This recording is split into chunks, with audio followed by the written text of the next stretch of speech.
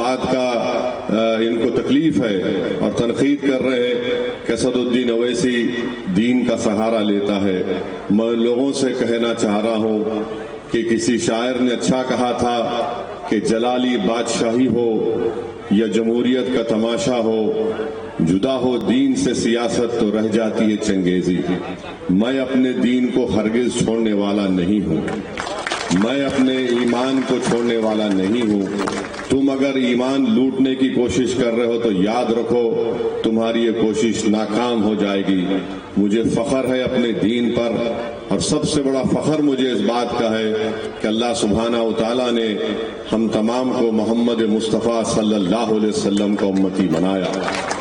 اس پر کوئی کمپرومائز نہیں کیا جا سکتا۔ تو یہ جو لوگ بکواس لکھتے ہیں، بکواس کہتے ہیں، تم کو تمہاری سوچ مبارک، اور یاد رکھیے کہ بھارت کا سنویدھان ہندوستان کی دفعہ 25 کے تحت، 26 کے تحت، 29 کے تحت ہر بھارت کے ناگرک کو اس بات کی اجازت دیتا ہے کہ وہ اپنے اپنے مذہب پر چلیں اور اس مذہب کا پرچار کریں، اس مذہب کے ماننے والوں کے مان سمان کے لیے کام کریں، ان کو انصاف دلائیں۔ اور یہ بھارت کا سنویدھان جس کو بابا صاحب امبیڈکر نے لکھا،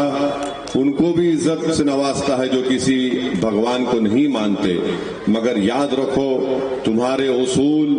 تم کو مبارک، میں تمہارے اصول کو نہ تمہاری راہ کو دیکھنا پسند کرتا ہوں۔ جو راستہ ہم کو ہمارے بزرگوں نے سکھایا ہے انشاءاللہ تعالی ہم اسی راستے پر چلیں گے، انصاف حاصل کریں گے، اور مجھے یقین ہے اللہ کی ذات پر کہ انشاءاللہ تعالی یہاں پر ضرور سیمانچل میں انصاف ہوگا۔ اور جو لوگ آج مجلس پر تنقید کر رہے ہیں، میں ان سے بھی کہہ رہا ہوں کہ واقف نہیں ہے جو لوگ سفر کے اصول سے سائے کی بھیک مانگ رہے ہیں ببول سے، ارے جاگ جاؤ،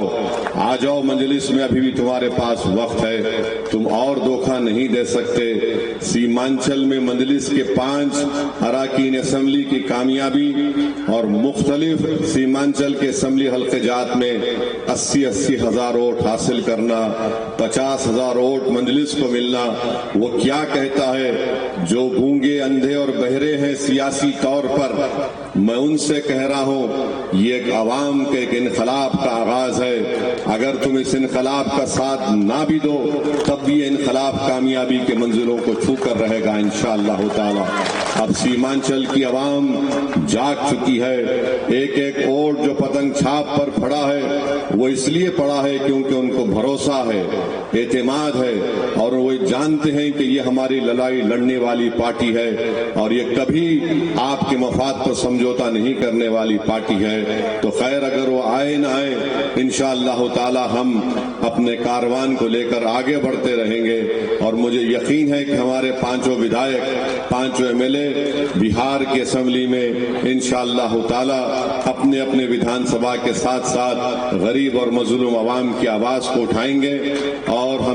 میں آپ سے وعدہ کیا ہوں کہ 3 مہینے اور 6 مہینے کے درمیان میں یہاں پر آتا رہوں گا انشاءاللہ تعالی، میں ضرور یہاں پر آؤں گا، ملاقات کرتے رہوں گا۔